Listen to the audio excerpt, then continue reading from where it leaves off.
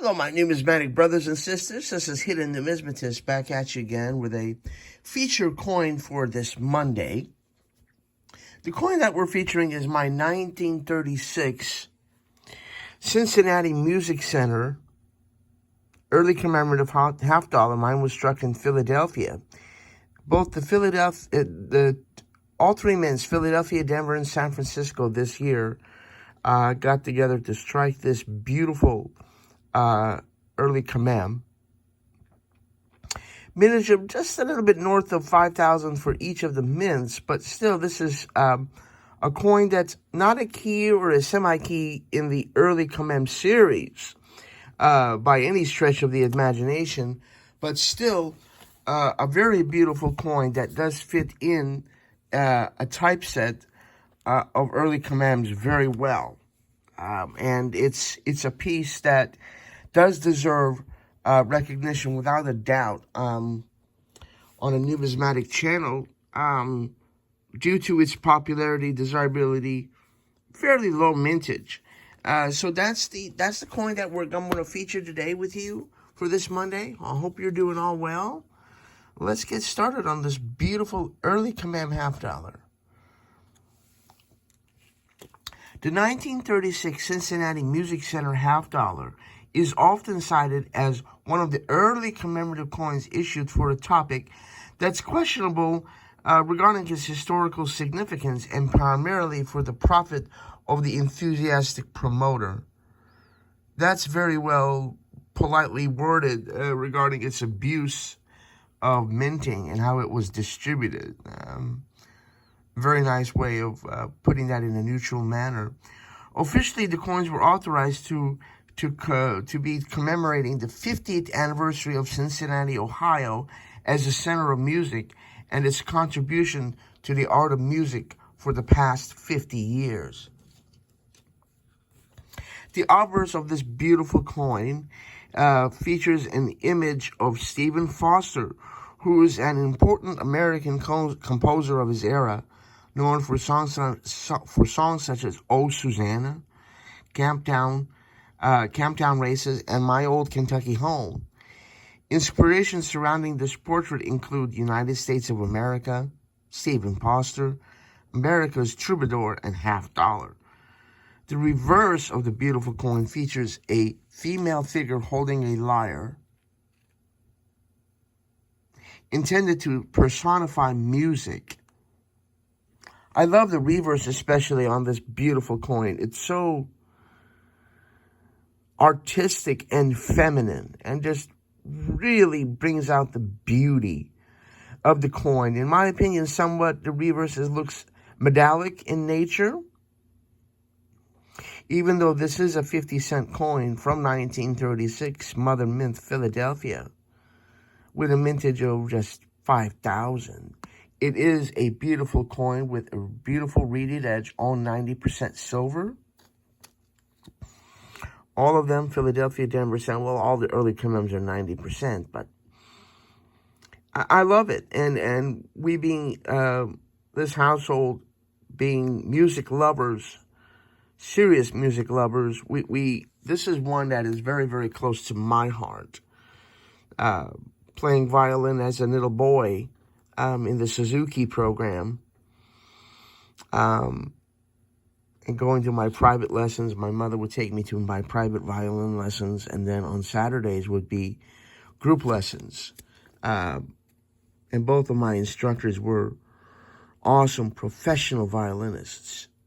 And so music is filled all over this house. So we love music. So this is one of my one of my favorite early commems.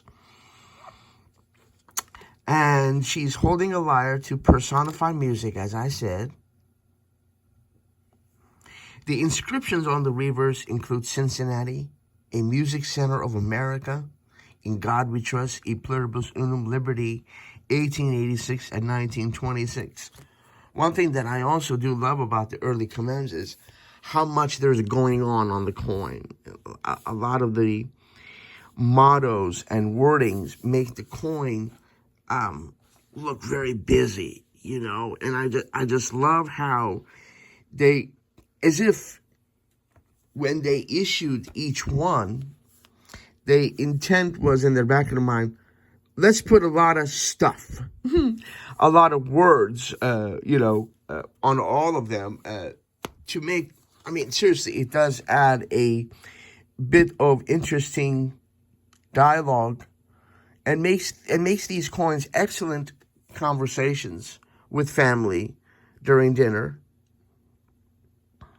or close friends or family that are also introduced. They may not be a numismatist like you, but they understand coins and appreciate coins. So the early Commem album and the Cincinnati is one where you like to pull out to discuss with family. One of my favorite coins to do that with. The designs were sent to the Commission of Fine Arts for approval. They raised the serious issues about the same design and legitimacy of the commemorative coin issue. They could not find anyone in music circles who knew about the proposed coin. They also presented the information showing that the city's leadership in music could be traced back to 1873, with the May Festival Association organized by George Ward Nichols. The date 1886, which was included on the coin, carries no particular significance. Stephen Foster, who appeared on the obverse of the coin, had no role in the movement in Cincinnati, but only lived there briefly while he was a bookkeeper. Yet, I understand that, and I do have a little bit of a disgruntlement on why they included Stephen Foster, but the bottom line is Stephen Foster is still a very, very important musician. And many older Americans know of Stephen Foster. So I still think it is a beautiful choice, even though I do understand the questions that critiques that the people critiquing the coin had. Despite these reservations and the CFA's outright rejection of the designs, the coins were ultimately issued at their maximum authorized mintage of 15,000 pieces, 5,000 per mint, folks, plus additional examples for assay. The production was divided equally between Philadelphia, Denver, San Francisco, resulting in extremely low mintages. Very well said. Very well said. So roughly 5,000 per mint. The coins were offered at $7.75 for a complete set of 3 coins. Wish we could get all 3 back then at that price, that's for sure. And this represented the highest initial pricing for a silver commemorative to that date. Very interesting. Very few coins were actually purchased at this price, as the entire mintage was quickly announced and sold out. It is believed that many of the sets were placed with insiders or those close to the issuer, who began offering them for sale at significantly higher prices following the sellout. And that's also one example of abuse that was done, unfortunately, in our beloved early Commem series from our country. Let's talk about the specifics, the technicalities, as they say, right? Constance Ortmeyer designed the coin for us. It's 90% silver, 10% copper. It weighs 12.5 grams. It's 30.6 millimeters in diameter. And it was authorized by Public Law 74-485. And the maximum mintage across all mints across the board was 15,000. The Philadelphia issues carry no mint mark, hence that's why you will not see a P for Philadelphia. As I stated, mine is the Philadelphia issue. But as I only have a typeset, my book doesn't accommodate naturally the Denver and San Francisco. But hey, you never know. If I find it at a right price and I got enough cash in my wallet, I may just get it. But for now, this is strictly just a price typeset. that I pulled my Cincinnati from, and along with the varieties that I included on the last page. And this issue from 1936, Cincinnati Music Center, aren't any known major issues like a 2x2 in the field or a star in the field or what have you. But still, as I said, we being music lovers, this is a piece that is easily up there. I wouldn't say it's one of my top 5, but at least maybe it'll get in the top 10 of favorites. And just the beauty, very feminine, right? And all of our liberties portrayed, allegorical figures representing liberty on all our coins are feminine and beauty and beautiful, and rightfully fits our country because our nation is beautiful. So that's a beautiful coin, folks. Those of you that are working on the early commems, this is a very, very affordable one. Yes, it's a little bit more expensive than your average, but it still is not anything that's totally unreasonable or not doable. It's nothing crazy like the Hawaii or the Gettysburg or the Antietam.